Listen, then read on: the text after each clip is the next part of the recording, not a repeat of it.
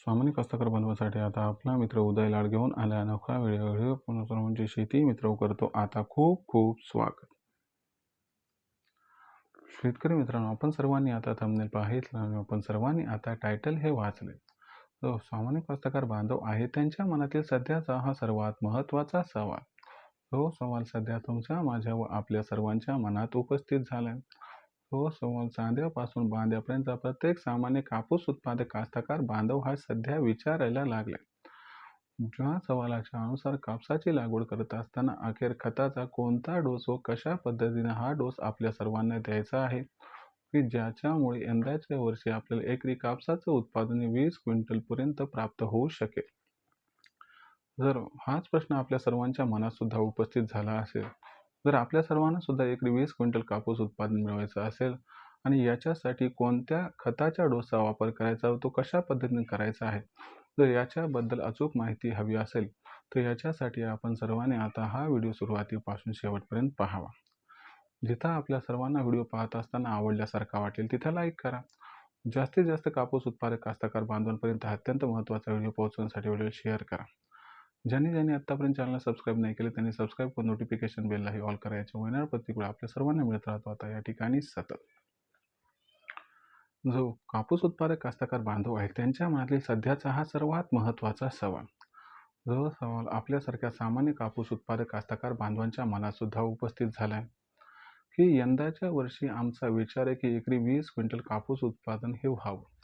मग अशा परिस्थितीमध्ये खताचं नियोजन कशा पद्धतीनं लावावं हा आमच्या समोरील सर्वात महत्त्वाचा यक्ष प्रश्न.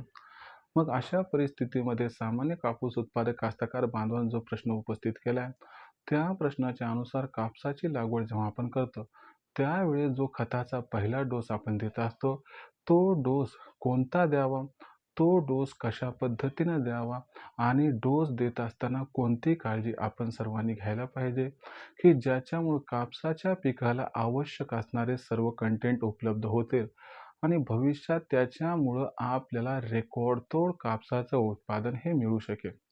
चला तर मग कापसाची लागवड करत असताना खताचा पहिला डोस कोणता व कशा पद्धतीने द्यायचा हे आपणास सांगतो आता समजावून. जर आपण सर्वांनी बघितलं तर शिफारस काय ते लक्षात घ्या. तर जी कोरडवाहू जमीन आहे त्याच्यासाठी असणारी शिफारस वेगळी आणि जी भारीची जमीन आहे त्याच्यासाठी असणारी शिफारस वेगळी. तर कोरडवाहू आणि मध्यम जमिनीसाठी असणारी शिफारस कोणती ते प्रथम सांगतो. त्याच्यानंतर तुम्हाला हे समजावून सांगतो की जी जमीन भारीची आहे तिथं कशा पद्धतीनं खताचं व्यवस्थापन करायचं. तर सर्वात प्रथम समजून घेऊयात की हलक्या आणि मध्यम जमिनीसाठी खताचा डोस कशा पद्धतीनं निवडायचा आहे. जर मार्केटमध्ये आपण गेलो तर मार्केटमध्ये विविध प्रकारचे खतं उपलब्ध आहेत. त्याच्यामध्ये आपण जर बघितलं तर DAP उपलब्ध आहे. त्याच्यानंतर 10-26-26 आहे. त्याच्यानंतर आपण जर बघितलं तर मार्केटमध्ये 9-24-24, 8-21-21 आणि त्याचबरोबर 14-35-14, 20-20-0-13 असे अनेक खताचे या ठिकाणी ब्रीड्स आहेत. मग अशा परिस्थितीमध्ये सामान्य कापूस उत्पादक कास्तकार बांधव हा कन्फ्यूज होतो. तो त्या ठिकाणी विचारात पडतो की ॲक्च्युली कोणत्या खताचा वापर करायचा. मग अशा परिस्थितीमध्ये जो खत स्वस्त मिळतो आणि जो खत दुकानदार सुचवतो त्या खताची आपण निवड करतो आणि इथंच आपण त्या ठिकाणी मार खातो, ज्यामुळं आपलं कापसाचं उत्पादन हे वाढू शकत नाही. कारण लक्षात घ्या मित्रांनो, की आपण कोणतं खत निवडतो हे अवलंबून आहे की कापसाच्या पिकाला कोणत्या खताची गरज आहे. मग अशा परिस्थितीमध्ये कापूस पिकाला कोणत्या खताची गरज आहे हे प्रथम लक्षात घ्या. कोणतंही खत आपण जेव्हा घेतो त्याच्यामध्ये 3 महत्त्वाचे कंटेंट असतात N, P आणि K. N म्हणजे नायट्रोजन, P म्हणजे फॉस्फरस, K म्हणजे पोटॅशियम. तुम्हाला माहिती आहे की नायट्रोजन सुरुवातीच्या स्टेजमध्ये कापसाच्या पिकाच्या वाढीसाठी उपयुक्त असते. फॉस्फरस पाते आणि फुलं लागण्याच्या अवस्थेत अत्यंत महत्त्वाचं असते आणि जे पोटॅशियम असते ते त्या ठिकाणी आपण जर म्हटलं तर बोंड लागण्याच्या अवस्थेत व बोंड परिपक्व होण्याच्या अवस्थेत अत्यंत महत्त्वाचं असते. जर अशा परिस्थितीत विचार केला तर कापसाच्या पिकाला खतांचा डोस हा विभागून 3 वेळेस दिला जातो. अशा परिस्थितीमध्ये सर्वात प्रथम हे समजून घेऊयात की कोरडवाहू व मध्यम प्रकारच्या जमिनीसाठी जो खताचा डोस असतो 3 वेळेस तो एकत्रित किती असतो? जर आपण 1 हेक्टरचा विचार केला तर हा जो डोस असतो, तर हा डोस या ठिकाणी लक्षात घ्या 120, 60, 60 म्हणजे 120 किलो नायट्रोजन, 60 किलो फॉस्फरस आणि 60 किलो पोटॅशियम असते. हे 1 हेक्टरसाठी म्हणजे 2.5 एकरासाठी. पण आता आपल्याकडे शेतकरी या ठिकाणी 2.5 एकरवाले जे आहेत ते जास्त बहुधा नाहीत किंवा त्यांना 1 एकरात समजावून सांगावं लागते. तर मी 1 एकराचं गणित तुम्हाला समजावून सांगतो. जर 1 एकराचा आपण या ठिकाणी विचार केला तर लक्षात घ्या याला 2.5 ने भागायचं. जर 2.5 ने आपण या ठिकाणी याला भागितलं तर उत्तर काय येते तर 48, 24, 24. तर लक्षात घ्या मित्रांनो 48, 24, 24 म्हणजे काय की पिकाला एकंदरीत या ठिकाणी 48 किलो नायट्रोजन मिळालं पाहिजे, पिकाला या ठिकाणी 24 किलो फॉस्फरस मिळालं पाहिजे आणि पिकाला या ठिकाणी पोटॅशियम हे 24 किलो मिळालं पाहिजे. म्हणजे आपल्या असणाऱ्या कापूस पिकाला हलक्या ते मध्यम जमिनीमध्ये 48 किलो नायट्रोजन, 24 किलो फॉस्फरस आणि 24 किलो पोटॅशियम लागत असते. मग आता असं कोणतं खत आहे की जे खत याला मॅच करू शकते? बघा ॲक्युरेट तर मिळणं कठीण आहे कारण ॲक्युरेट डोस तयार करायला गेलो तर थोडंसं त्या ठिकाणी अडचण निर्माण होईल. पण असा डोस की जो जवळपास पोहोचू शकेल अशा डोसची निवड करणं गरजेचं आहे. मग असा डोस कोणता? तर फार अभ्यास केल्यानंतर माझ्यासमोर जो डोस निश्चित करण्यात यश मला प्राप्त झाले तो डोस आहे 10-26-26. आता 10-26-26 कशामुळे? तर लक्षात घ्या की 10-26-26 मध्ये 5 किलो नायट्रोजन असते आणि 13 किलो फॉस्फरस आणि 13 किलो या ठिकाणी असते ते पोटॅशियम. मग अशा परिस्थितीमध्ये आता तुम्हाला सांगितलं 48-24-24 हा फॉर्म्युला आहे. पण 48 किलो दिलं जाणार जे नायट्रोजन आहे ते एकदाच नाही द्यायचं, ते 3दा करून द्यायचे. तर तुम्ही काय करू शकतात या ठिकाणी सुरुवातीला जे आहे तर हे 12 किलो देऊ शकतात आणि त्याच्यानंतर जे 36 किलो शिल्लक आहे ते आपण 30व्या आणि 60व्या दिवशी 18-18 किलो असं विभागून देऊ शकतो. म्हणजे दुसऱ्या आणि तिसऱ्या डोसला डायरेक्ट युरियाचा वापर करायचा आहे. तो कसा करायचा मी नेक्स्ट व्हिडिओमध्ये सांगेन. परंतु खताचा पहिला डोस देत असताना आपल्याला 12 किलो या ठिकाणी नायट्रोजनचं व्यवस्थापन करावं लागणार आहे. मग जर आपण या ठिकाणी 10-26-26 या कंटेंटचा वापर केला तर आपलं एकंदर नायट्रोजनचं प्रमाण हे जर 1 गोणी 1 एकरासाठी वापरली तर किती व्हायले बरं? तर 1 एकरासाठी सामान्यतः आपण सर्वांनी जर 1 गोणी वापरली तर या ठिकाणी आपल्या लक्षात येईल की हे जे प्रमाण आहे तर हे प्रमाण या ठिकाणी किती आहे? तर हे प्रमाण इथं किती व्हायले मित्रांनो? तर 5 किलो.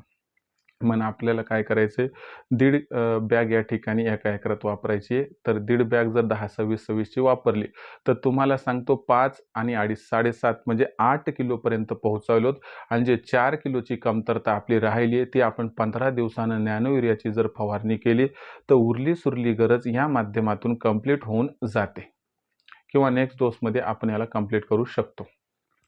दुसरी महत्त्वाची गोष्ट काय की बाबा आता जे फॉस्फरस आहे ते किती ह्याच्यामध्ये तर ते आहे 13 किलो. पण आपण दीड पट द्यायलो म्हणजे किती व्हाले 13 अन् 6.5 19 किलो म्हणजे 20 किलोच्या आसपास पोहोचायलो. म्हणजे आपली जी 24 किलोची गरज आहे जवळपास भागायली 4 किलोचं जी डिफिशियन्सी आहे ती 12-61-00 जेव्हा आपण कीटकनाशकाची दुसरी फवारणी घेऊ, जेव्हा पाते फुलं अवस्था आहे तर त्यावेळेस ही फॉस्फरसची कमतरता 4 किलोची तिथं भरून आपण काढू शकतो. त्यानंतर पोटॅशियमचं सुद्धा असंच आहे. ते त्या ठिकाणी आपण जर बघितलं तर 19.5 किलो म्हणजे 20 किलो व्हॅल्यू दीड बॅग जर टाकली तर याच्या माध्यमातून आपण सर्वांनी जर विचार केला तर जेव्हा बोंड परिपक्व होण्याची अवस्था येईल तेव्हा 0050चा जर वापर केला तर ही डिफिशियन्सी आपण दूर करू शकतो. तर अशा पद्धतीनं आपण एकरी काय करायचंय दीड बॅग 10-26-26 ची वापरायची. दीड बॅग जर 10-26-26 ची वापरली आणि त्याच्यामध्ये तुम्हाला सांगतो एक 5 ते 6 किलो तुम्हाला मॅग्नेशियम सल्फेट मिक्स करायचे. असा 80 किलोचा डोस जर एकरी तुम्ही दिला तर तुम्हाला सांगतो गॅरंटीनं काही टेन्शन घ्यायची गरज नाहीये. तुम्हाला तुमच्या पिकासाठी आवश्यक असणारा प्रत्येक कंटेंट पोहोचवण्यात यश प्राप्त होईल, ज्यामुळे उत्पादनामध्ये आपल्याला भरघोस वाढ दिसून येईल, ज्यामुळे एकरी 20 क्विंटल कापूस उत्पादन मिळवण्याचा मार्ग होईल या ठिकाणी मोकळा.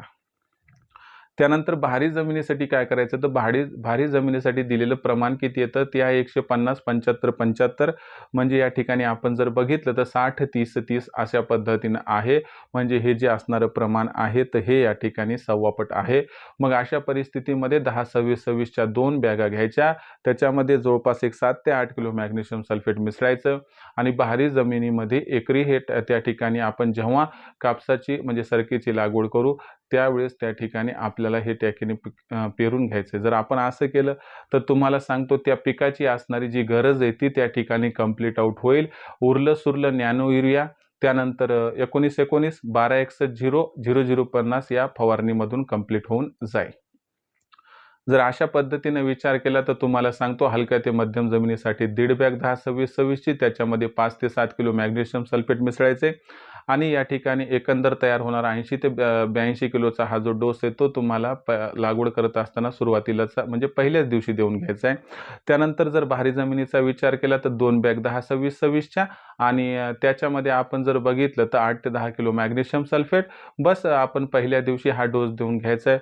जर अशा पद्धतीनं आपण खताचं व्यवस्थापन केलं तर गॅरंटीनं सांगतो या माध्यमातून तुमचं अपेक्षित असणारं कापसाचं उत्पादन तुम्हाला प्राप्त होईल. लक्षात घ्या, मार्केटमध्ये जे खताची निवड करतो त्या खताची निवड का करायची हा प्रश्न विचारला तर त्यानंतर तुम्हाला कोणत्या खताची निवड करायची या प्रश्नाचं उत्तर मिळेल. ज्यावेळेस कोणत्याही दुकानदाराकडून खत घेतात त्यावेळेस त्यांना विचारा की बाबा रेकमेंड काय केलेलं आहे कापसाच्या पिकासाठी, सोयाबीनच्या पिकासाठी आणि त्यानंतर तुम्ही बॅगची पिशवीची या ठिकाणी निवड करा. पण तुम्हाला सांगतो कोणताही कृषी केंद्र चालक मालक हा त्या ठिकाणी तुम्हाला परफेक्ट सांगू शकत नाही. ज्याला त्याला 4 पैसे कमवण्याचं पडले मग शेवटी तुमचं काय होतं याच्याशी कोणालाही घेणं देणं नाहीये. म्हणून कास्तकार बांधवांनो, विनाकारण पैसा वाया घालण्यापेक्षा कधी काय व कशा पद्धतीने द्यायचं हे समजून घ्या. तर त्यात तुम्हाला एक समर्पक सल्ला आहे की तुम्ही हलक्या ते मध्यम जमिनीसाठी 1.5 बॅग एकरी टाका. या ठिकाणी 10-26-26 ची खताचा पहिला डोस देत असताना त्याच्यामध्ये 7-8 किलो या ठिकाणी आपल्याला मॅग्नेशियम सल्फेट मिसळायचे आणि आपण जर भारी जमिनीमध्ये या ठिकाणी पहिला डोस देत असू खताचा तर या ठिकाणी 2 बॅग 10-26-26 आणि त्याच्यामध्ये 8 ते 10 किलो आपल्याला मॅग्नेशियम सल्फेट मिसळायचे. बस एवढं करा, तुम्हाला काही करायची गरज नाही. त्यानंतर खताचा दुसरा डोस कधी द्यायचा आहे, खताचा तिसरा डोस कधी द्यायचा आहे आणि कापसाच्या फवारण्या कधी करायच्यात, पहिली, दुसरी, तिसरी, चौथी, पाचवी हे सगळं सांगण्यात येईल. त्याचबरोबर तण व्यवस्थापन कसं करायचे हे सुद्धा सांगण्यात येईल. काही टेन्शन घेऊ नका. जर इथून तुम्ही कापूस काढणीपर्यंत आमच्यासह जोडलेले राहिले तर एकरी 20 क्विंटल कापूस उत्पादन मिळवण्याचा तुमचा मार्ग या ठिकाणी होऊन जाईल मोकळा.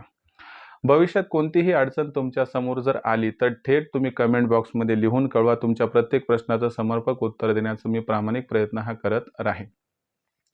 तर व्हिडिओमधील माहिती ही आपणास कशी वाटली कमेंट सेक्शनमध्ये लिहून कळवा. जर मनापासून हा व्हिडिओ आवडला असेल तर व्हिडिओस लाईक करा. सामान्य कापूस उत्पादक कास्तकार बांधवांपर्यंत हा अत्यंत महत्त्वाचा व्हिडिओ पोहोचवण्यासाठी व्हिडिओ शेअर करा. चॅनलला सबस्क्राईब करून जरूर नोटिफिकेशन बेललाही ऑल करा. याच्यामुळे ना प्रत्येक व्हिडिओ आपल्याला मिळत राहतो या ठिकाणी आता सतत. तर मित्रांनो, अशाच एका नवीन व्हिडिओसह मी आपला मित्र उद्याला आपल्या सर्वांच्या आवडत्या यूट्यूब चॅनल शेती मित्र मिळत राहील सातत्यानं. तोपर्यंत सर्व कास्तकार बांधवांच्या आजच्या व्हिडिओत आपला मित्र उद्याला हा मनापासून व्यक्त करतो. आपल्या सर्वांचे खूप खूप आभार.